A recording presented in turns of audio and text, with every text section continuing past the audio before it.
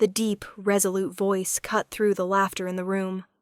Everyone turned almost in unison. A tall man in crisp military uniform stood at the entrance. His cap was perfectly aligned metals gleaming under the chandelier's light. "Welcome back, Major General Hartman." The clinking of cutlery stopped. A wine glass wobbled in someone's hand, nearly spilling. A complete hush fell over the room. Then a small chilling sound, a fork dropping onto the marble floor. All eyes turned to me. I nodded lightly, as if the greeting were routine, as if I hadn't just been addressed by a rank my own blood family had long forgotten. But my palms grew cold, my chest tight. I remained seated, a stranger among my own kin. 20 minutes earlier, I arrived at Laurel Oak Restaurant 2 minutes early. Magnolia Ridge at night retained its deceptive, calm, quiet, orderly, but hiding invisible cracks. The restaurant sat at the end of the quaint boulevard, where the town's elite families held weddings, birthdays, and occasions to flaunt their success. The scent of roasted garlic and herbs wafted from the kitchen, mingling with the expensive perfume of arriving guests. I wore a simple navy dress, hair neatly pinned, habits from my military days still intact. The waiter led me to a table at the back near the kitchen door. I nodded thanks, pulled out a chair, and sat. No one glanced my way. No one stood to greet me. At the head of the long banquet table was my mother, Barbara Hartman, regal with her meticulously styled hair and Bordeaux shawl. She was laughing, radiant. Beside her was my father, Walter, with a faint smile, as if he'd never had a daughter named Evelyn. And at the center, as if staged, was my sister, Melissa Hartman, shining like the ideal heir. Her evening gown hugged her figure, red lipstick, bold, her confident gaze claiming the room as her stage. "You actually came." Her voice rang out amid the clink of wine glasses. Melissa stood, raising her glass high. "I thought you weren't invited to these things anymore." Laughter rippled from a few relatives. No one defended me. No one spoke. My mother looked away. My father smiled, but not at me. The air reminded me that though I'd survived battlefields, I no longer belonged here. They didn't know or didn't care that I'd just turned down a high-ranking position at the Pentagon. I didn't want to make backroom political decisions that cost soldiers' lives. I still carried the scar of a bullet beneath my left collarbone, lived with memories of comrades who never returned. But to my family, I was a 40-year-old unmarried woman, with short hair, no ring, no title on display. I wasn't mentioned in my mother's birthday speech. She spoke of Melissa, the Langston-funded community project, cousin Brian's acceptance to medical school, and a distant niece's spelling bee victory. Not a word about me, the eldest daughter, once decorated, once their pride. I didn't react. I poured more wine into my glass, partly to stay calm, partly to hide that I felt like a stranger in my own life story. Then my uncle in an ivory suit leaned across the table. "So what do you do now? Evelyn Logistics delivering aid or applying at Walmart?" I smiled, not because it was funny, but because I was used to being diminished by a single question. I'd commanded a unit in Fallujah. I'd refused a medal to protect a comrade who made a tactical error but saved civilians. I'd once, but never mind. Here the past held no value unless framed with a digestible caption. Dinner passed with laughter, clinking glasses, hidden sighs, and averted glances. I don't recall the main course. I only remember Melissa approaching my table during dessert, her smile masking any tension. "You came at the right time. But Mom said not to let the party get overshadowed by emotions. You understand, right?" I looked at my sister, saying nothing. She was still the little girl who feared toy guns when I enlisted, who sobbed when I left but never wrote me a single letter. Then heavy boots echoed on the marble floor. A familiar voice, one that had shared the fire of battle with me. "Welcome back, Major General Hartman." The room fell silent. "My name is Evelyn Hartman. I'd once led an emergency response operation, earned the highest honors for distinguished service, and refused a promotion for ethical reasons. I'm an officer who's seen more death than anyone in this room could imagine. And tonight, in a room that froze when my true title was spoken, I realized silence cuts deeper than artillery. Have you ever returned to a place called home, only to find you're no longer welcome? If you've felt that, or if this story touches something in you, leave a note, and I understand. Or simply, I read this in the comments. I read Apple, read every word to know I'm not alone. I didn't leave the party that night. I sat until my coffee went cold to see who truly stood with me, but I was done with silence. Because I knew this story wasn't just mine. And what you'll learn next about a medal hiding a secret, a tampered letter, and a buried truth starts here. I never thought a shop window could send chills down my spine on a sunny morning. Magnolia Ridge was beautiful in the sunlight if you only looked with your eyes. Charming 2-story wooden houses, brown tiled roofs, bougainvillea draped balconies. Wind chimes tinkled softly, the smell of roasted coffee rising from the corner cafe. I walked slowly down the main boulevard, trying to shake off the echoes of last night's dinner. The mocking glances, the sarcastic laughter, and the half-finished Major General greeting left hanging in the air. I needed to breathe. Needed space. But Magnolia Ridge wasn't a place for aimless wandering. Step onto the street and you'd run into someone you once knew or tried to forget. The Gold Thread shop sat on the second corner. Once an old bookstore, it was now Melissa's Community Legacy Campaign headquarters, bought and transformed by her. I'd hoped my sister would find her own path. I never imagined that path would trample over my memories. I stopped, not by choice but by shock. A massive poster covered the shop's front window. Melissa, in a meticulously tailored military uniform, hand on hip shoulders, back gazing proudly at the camera. It was the style of a high-ranking officer's dress uniform, but not an official issue. And on her chest, a bronze star medal. I'd seen enough fakes to spot one instantly. That medal wasn't hers. It was from a recalled batch misengraved, meant to be destroyed. Yet there it was on my sister's chest, like a piece of costume jewelry. Below the image, a slogan from family legacy to community duty.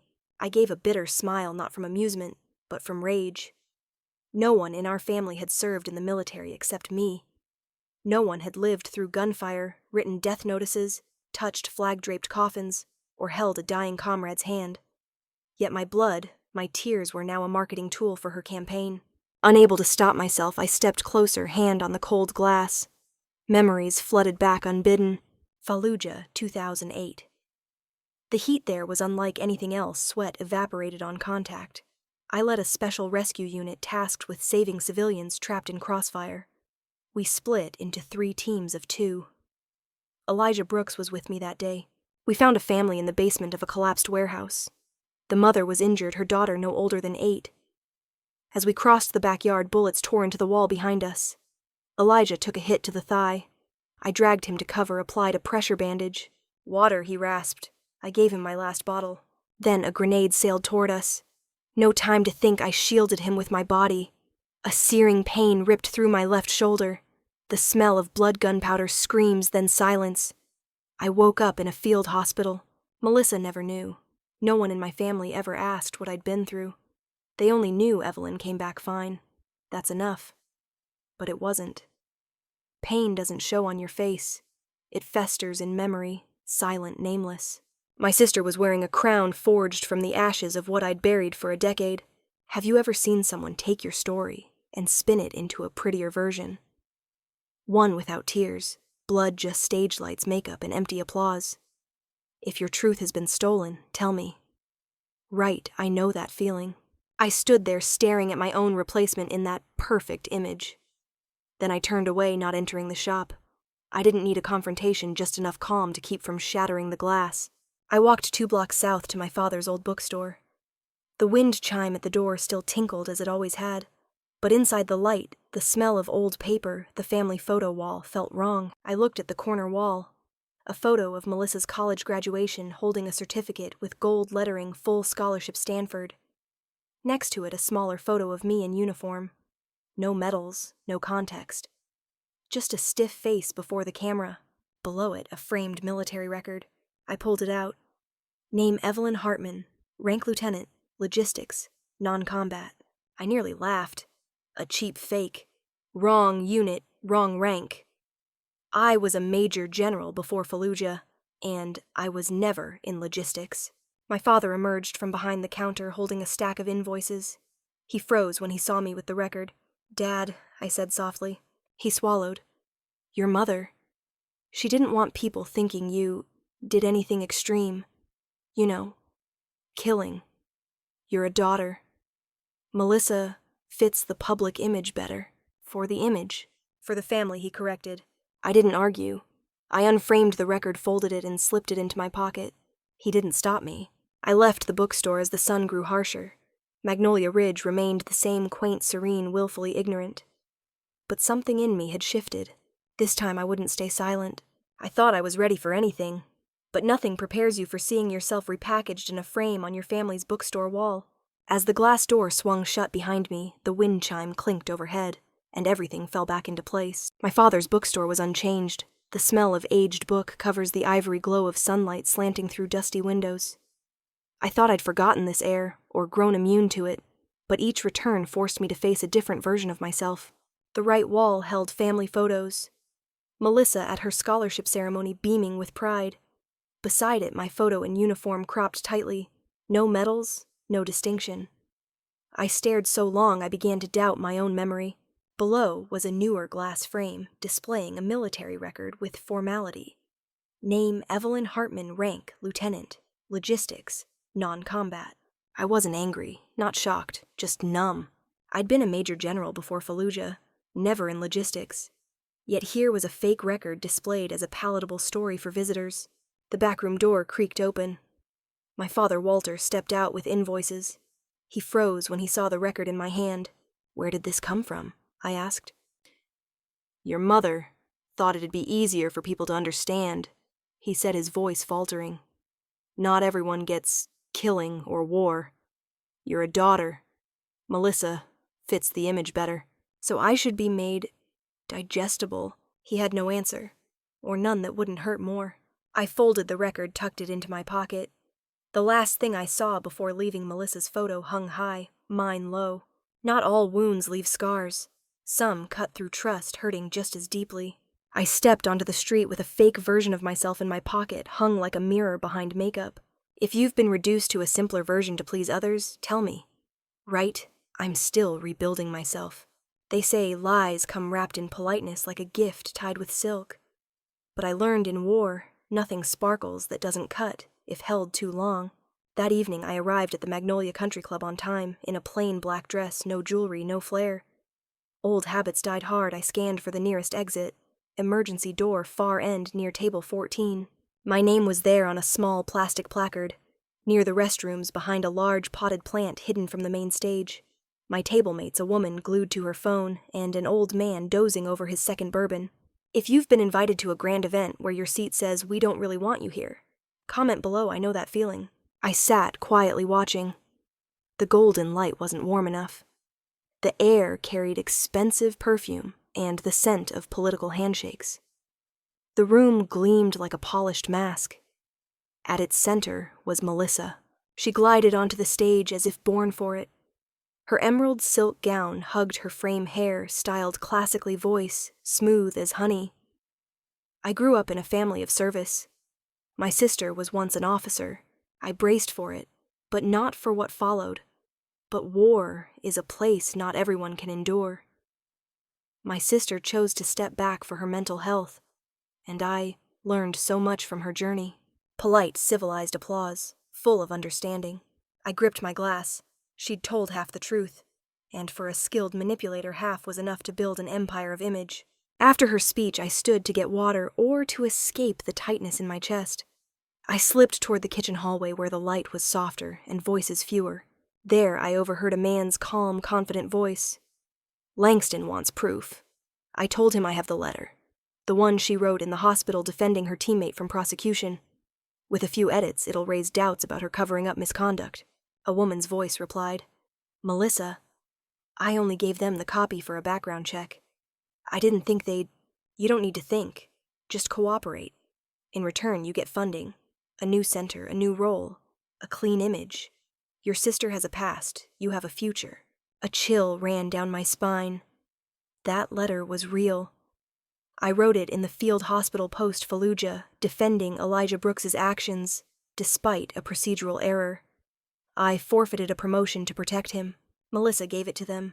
Maybe she didn't fully understand. Or maybe she did. I returned to the hall, heart pounding, but steps steady. I'd just seen a crack in the mask. A piece of truth was breaking free. On the drive back to the motel, I left the radio off.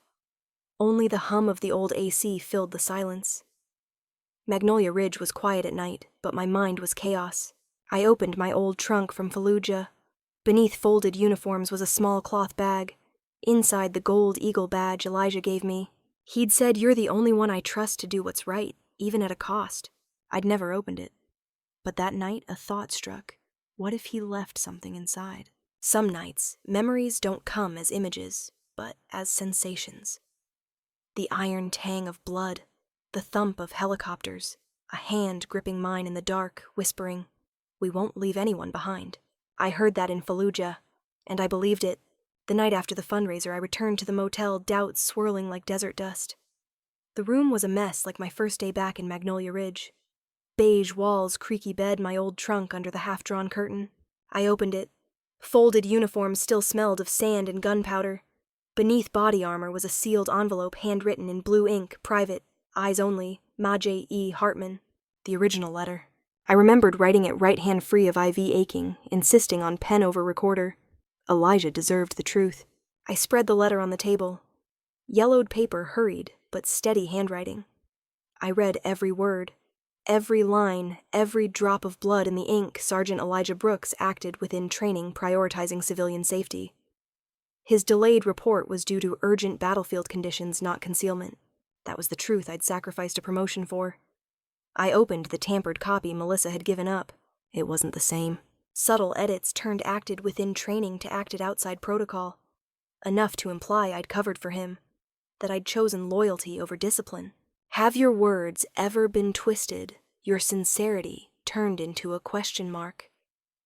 If so right, I've been misrepresented. I know I'm not alone. I compared the letters word for word.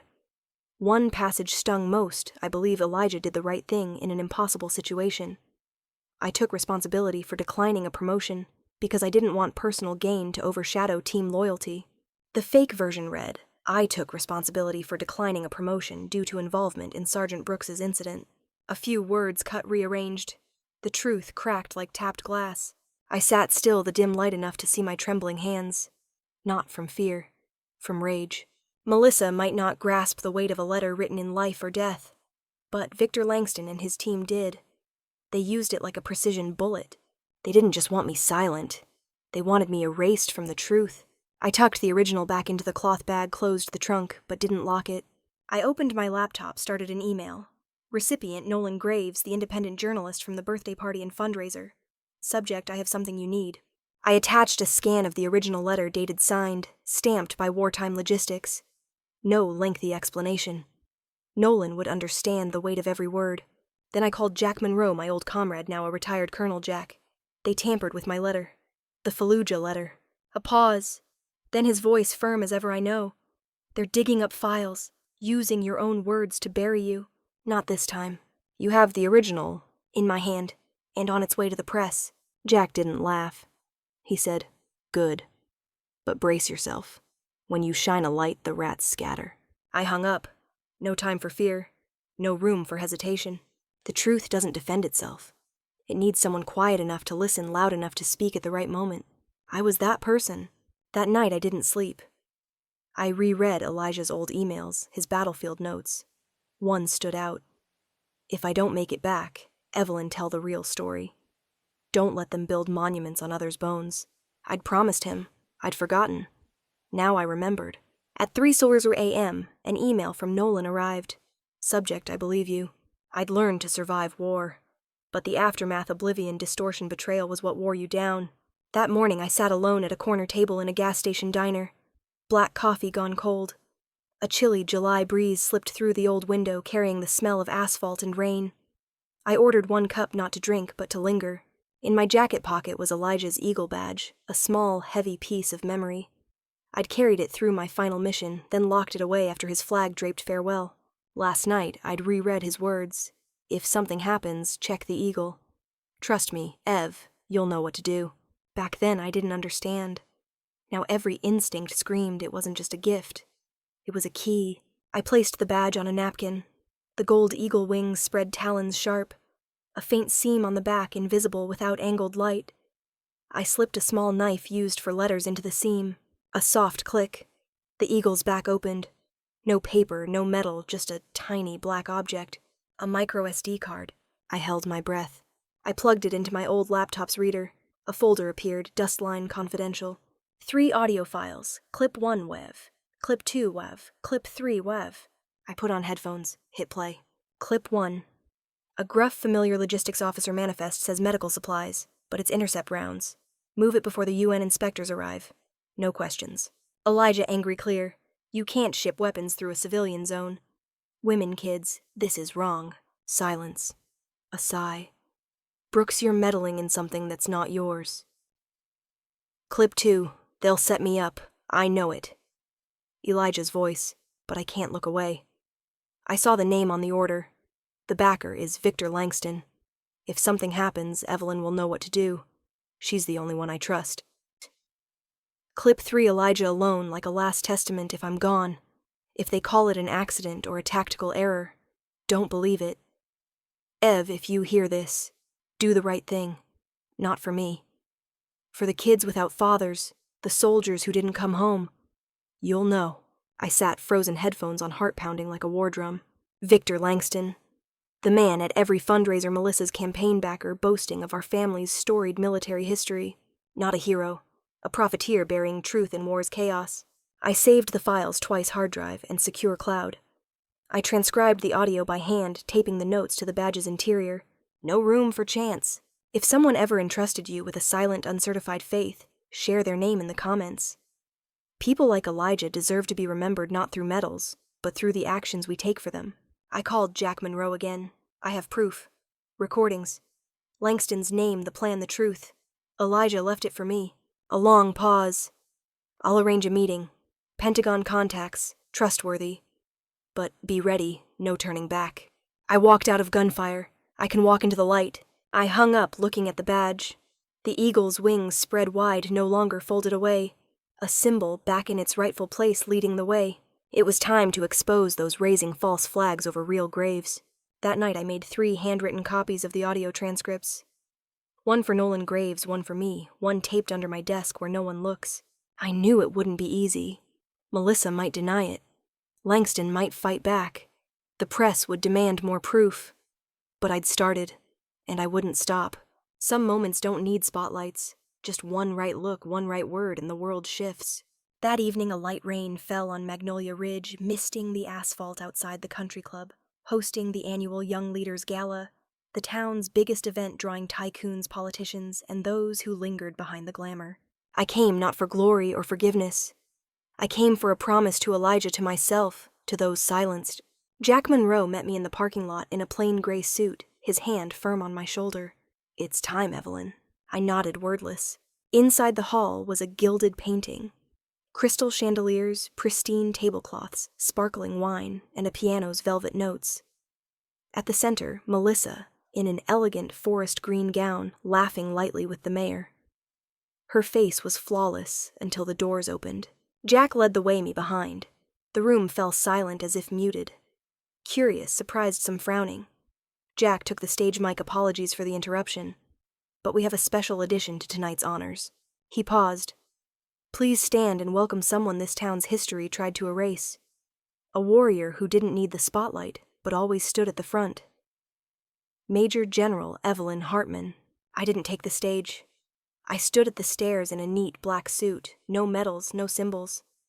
That simplicity drew every eye. Jack continued. Tonight I reinstate her military title, not for scandal, not for media pressure, but for truth. She's the only one with evidence from Fallujah who chose her team over personal glory. A murmur spread like spilled oil. Victor Langston, in the third row, froze. Melissa stood rigid, her knuckles white around her glass. Jack turned to me, holding out a small velvet box. Inside a silver eagle badge, a replica of the one I'd returned when I resigned. Not power, he said, just truth. I took the badge, placed it over my heart. No tears. None needed. I looked at Langston. You can buy applause, but not the memory of the fallen. To Melissa, I said nothing. Just a look. She understood. She knew I'd chosen mercy for now. I gave a slight bow. No waves, no photos. I left the hall as faint applause followed. Have you ever felt victory not in cheers, but in walking away free? Share it below. Someone might need your story. Outside, the rain had stopped. Wet earth and asphalt reminded me of Fallujah, not for bombs, but for the moment I knew why I existed. Jack called after me as I reached my car. Evelyn, one more thing. The Pentagon's reopening the inquiry next week. They want you there not as a witness, but to present the case. I nodded. I'll be there. I drove through the night to the motel, the audio copies in my pocket. In my heart, Elijah's voice. If I'm gone, Evelyn will know what to do. And I did. Not revenge. Restoration of what he died for. I thought a day might come when Melissa would bow to me not out of understanding, but defeat. But life, like every battlefield, defies maps. It turns on a single line, an unsigned letter. I found it Monday morning slipped under my motel door. A thin cream envelope, no address, no postmark, just my name and handwriting, Evelyn. I held it delicately, no fear, no expectations, just the strange sense of a wind shifting from a forgotten direction. I sat on the bed, carefully opening it. A single sheet folded, written in blue ink, the familiar slanted script of someone always hesitant to speak truth. If I couldn't be proud of you from the start, at least I'll help others be. I sent your full unedited record to the Military Justice Department. No cuts, no approvals. Not for redemption or forgiveness. I did it because Elijah deserves the truth, and I'm tired of playing the perfect daughter in a false story. I don't have the courage to stand publicly, but for once I did write, not for Mom, not for image, but because I know. Hesitating longer would make me like him, and I don't want that. No signature, no closing. I folded the letter, no tears, no anger. I placed it in my palm and breathed deeply for the first time in months. Melissa, the sister who stole every glance, chose the right side not under spotlights or at a gala, but in a quiet moment unseen. And that changed everything. I whispered to the breeze, "Finally, you chose right." Have you ever wished someone would see their mistake, not to apologize, but to step out of falsehood, share below? Someone needs your story. I stayed in my room all morning checking email. A new message from Military Justice Records received source verified. 2 hours later, a strange number called. A familiar voice stole my breath. Evelyn Colonel Monroe. The records Melissa sent match our 17th MEU archives. Your file is under special review. I didn't reply. He understood continuing internal hearings next Friday. I recommend you attend not as a defendant, but as the primary witness. I leaned back, exhaling. The open window let sunlight spill onto the letter. Melissa didn't see me off that night. She didn't need to. The letter was enough. That afternoon, I visited Elijah's grave at the old cemetery. Magnolia Ridge's sky was oddly clear. I brought the letter and a dried laurel branch, symbol of victory, no need for a loser. I knelt, placing the laurel by his headstone. You said if you were gone, I'd know what to do. Elijah. I did it, and Melissa, she did her part. A breeze sighed through the earth. If Elijah were here, he'd smile not for my victory, but for Melissa, learning to fight, not with words, but with choices. As I left, I knew nothing out there had changed, but I had. Some pains need no cause, just time unnamed they scar. Some apologies come late, but still soothe a lifetime of dust. The Elijah Brooks Veterans Support Center opened under a radiant Magnolia Ridge sun. Flags flew at every shop. Locals gathered not from pity or curiosity, but for a historic first in a town that once rejected me. I stood backstage in dress uniform, silver cufflinks tight, clutching my speech. For the first time in years, I spoke not to defend myself, but to honor another. Elijah. His name was etched on a bronze plaque out front. Simple. Firm. No flourish, Elijah Brooks Center. Where truth is upheld, sacrifice remembered. I stepped to the podium amid thunderous applause. Camera flashes flared, but I only saw the eyes of veterans in the front row, eyes that knew blood loss and now justice. I stand here, I began slowly, not because I'm special, but because a soldier trusted me when the world chose silence. Elijah Brooks didn't die for lack of ammo. He died because some valued profit over lives. Worse, some turned away. The air grew heavy. A cough, a sigh. He said, "If I'm gone, Evelyn will know what to do." Today, I did. But this center isn't just mine or Elijah's. It's for everyone forgotten, misunderstood, forced to survive in silence. I glanced at my speech, ready to finish, when footsteps echoed on stage. I looked up, nearly dropping the paper. My mother, Barbara Hartman, walked toward me. In a plum sweater, hands trembling, her face bare, no defenses, no makeup. Just a mother exposed in the public light. Murmurs swept the crowd. She took the mic, eyes on the audience, not me. "I'm Evelyn Hartman's mother," she said, voice soft but clear to the back row. I was proud of her strength, but I never had the courage to say so. Not because she was wrong, because I feared. If I admitted she'd been through hell, I wouldn't recognize the girl I once held. I froze. I chose silence. I lied. I hid. Not to save Evelyn. To save myself from helplessness. She turned to me, eyes wet. I stayed quiet to keep from losing you, but silence lost you for 14 years. My heart clenched air stolen from my lungs. I'm sorry, Evelyn. Not because you need it. Because I need to say it before you slip further away. Something instinct childhood or Elijah's guiding hand moved me. I stepped forward, embraced her.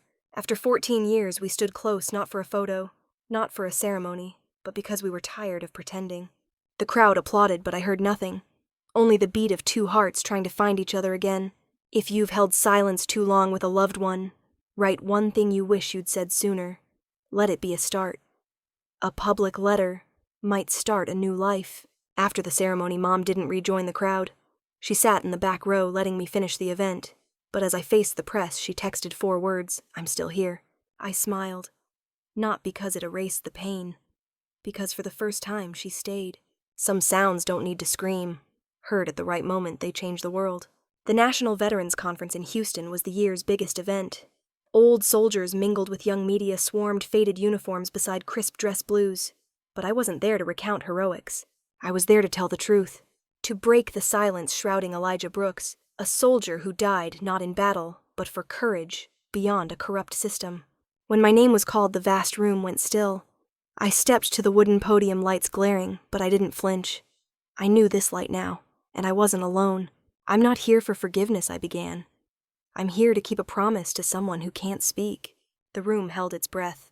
I told of Fallujah, the weapons smuggling disguised as aid, Elijah's refusal, the tampered letter, the Eagle badge with its hidden SD card, the recordings, every detail, every sound woven into a living dossier.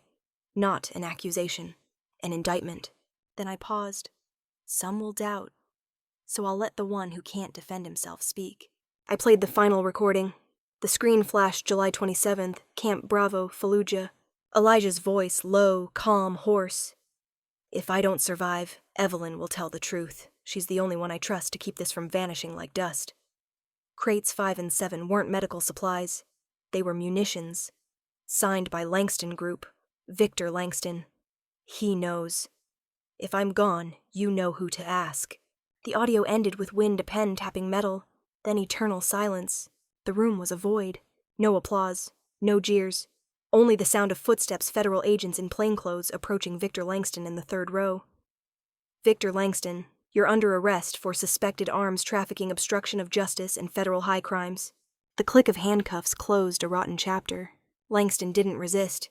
He looked at me not with hate or pleading, but as if stripped of his final weapon, oblivion. I watched him go, then returned to the mic. This isn't victory. It's redemption, not for me, but for those who fell. I bowed my head. For the first time, the room stood. Not for me. For Elijah. For all buried under false reports and forgotten names. If you've lost someone to unspoken truths, share their name below. A name keeps them alive in memory, in stories, in truth. I didn't return to my hotel. I drove to the military cemetery outside Houston. Elijah's grave lay in the east corner under an old oak. I placed the Eagle badge on his stone. It's done, I whispered. We don't have to hold on anymore. The sunset gilded the badge, its final glint of the day. The fight wasn't over. Others lurked in shadows, and Melissa stood behind a wall of names, silent. I don't know why I returned to that building. Instinct or a necessary pause after the storm. Melissa's old office was on the 3rd floor above a small cafe. I climbed the wooden stairs quietly, like walking through a memory waiting to close. The door was unlocked. Melissa was packing boxes, hair, messy eyes, puffy traces of sleepless nights I didn't need to ask about. I thought you'd never come back here, she said. I nodded, closing the door. The room was barer than I expected. The vibrant posters, slogans, staged military photos were gone. Just dust and a peeling leather chair. Melissa set a box down, collapsing onto the floor. No more pretense, no performance. For the first time in years, my sister was just a lost girl. I was wrong, she said, looking up. Not once, 1,000 times. I stayed silent. Sometimes silence holds people together longer than words. I wanted Mom to look at me like she looked at you. That pride, that worry, that focus.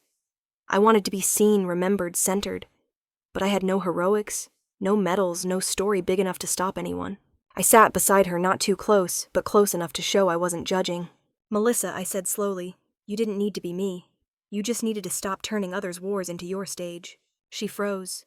No tears, but her eyes burned with real pain, as if finally seeing the cost of every handshake, every word that pushed me from the family for 14 years. "I thought if I was good enough, big enough, they'd forget you were the star. But I went too far. When I gave Langston that letter, I didn't read it all. I thought it was just old paperwork."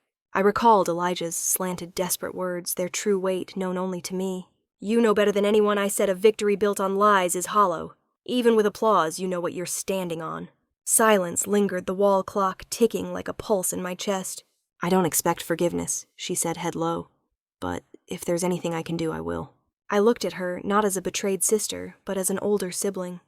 Forgiveness isn't a gift you demand, but sometimes it's the only way to save what's not yet lost. I stood, brushing dust from my pants. "Keep this room," I said, looking around. "Not for an office. For a place where someone can sit and learn mistakes aren't the end." She looked up defenseless for the first time. "You think I can still do something good?" I smiled faintly. "I don't think. I hope. That's the difference that kept me here. If someone's hurt you but you still hope for their growth comment, still hoping below, a small faith can save a soul." I left the office in the late afternoon sunlight slanting through the glass. Our shadows stretched down the hall parallel, no longer at odds. Before turning away, I looked back. "Next week I'm hosting a small event at the center. If you want, come." No promises needed, just a door cracked open. On the way home, I stopped at the print shop. A new bronze plaque was ready, not large but dignified. I placed it in the trunk fingers, tracing the words Elijah Brooks Revival Center. For truth heard. Some mornings your heart wakes you before the alarm. That was one such morning. Magnolia Ridge's air was crisp autumnal, the town holding its breath. At the Elijah Brooks Center, the flag rose in the golden dawn, and for the first time in years, I wore no uniform. Just a black shirt sleeves, rolled worn boots. I needed no outward symbols. Today I carried it all in my heart. Beside me was Chloe, Elijah's daughter, in a white dress with green trim, clutching her father's old framed photo in uniform. She'd grown no longer the child I held when I signed adoption papers. She stood, tall eyes clear and resolute. "Ready?" she asked. I nodded, throat tight. The Elijah Brooks Center opened at 9 a.m. Crowds of kids, veterans, and military families filed in, not for the ceremony, but for a place to restart like I once needed. In the main hall, under an oak-beamed dome, a glass case stood proudly. Inside, Elijah's eagle badge symbol of a promise, kept a final trust. Below, a bronze inscription, proof of survival, and a promise not to forget. I stood before the case. No glitz, no spotlight. Every breath in that space was sacred, a thing I couldn't name for years. At the podium, my footsteps echoed softly in the crowded hall. "I thought being remembered meant winning," I began.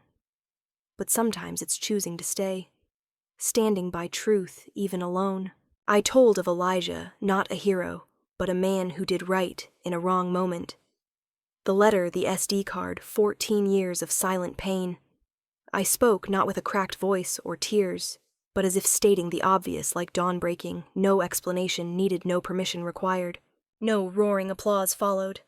The crowd stood in a silence deeper than praise. They understood. In the back I saw Melissa. No makeup, no cameras, no shield. In a white shirt and black pants, gripping her chair. For the first time she wasn't performing. As the crowd rose, so did she, not for me, but for Elijah, for Chloe, for something bigger than us both. I nodded slightly. She bowed her head in return. That was enough. After I stepped into the backyard, sunlight filtering through trees, painting the ground amber. Chloe ran ahead, her laughter rippling. Other kids followed. No one knew I was a major general. It didn't matter. I sat on a wooden bench by the man-made lake where we'd hold nature therapy for veterans. I watched clouds drift like time. Some wounds don't fade. They become tattoos, living memories etched on the soul. Not for pain, but for remembrance, I whispered. It's not victory that makes a hero. It's choosing to stand by truth that creates light. This story closed at the Elijah Brooks Center, but its values endure. Not just about reclaiming honor or exposing lies, but a reminder of truth's power, forgiveness, and resolve. Everyone flawed, afraid, silent can begin again. Not all are heroes to the world, but all can choose right, even once. I don't tell this for admiration. I tell it so those who feel invisible know they're not alone. If you carry a forgotten memory, a twisted truth, or nameless pain, I hope this reached you. If something stirred in your heart, leave a comment. Even a dot to say you're here. And if you want to join me on journeys like this, follow along. We have more stories to tell.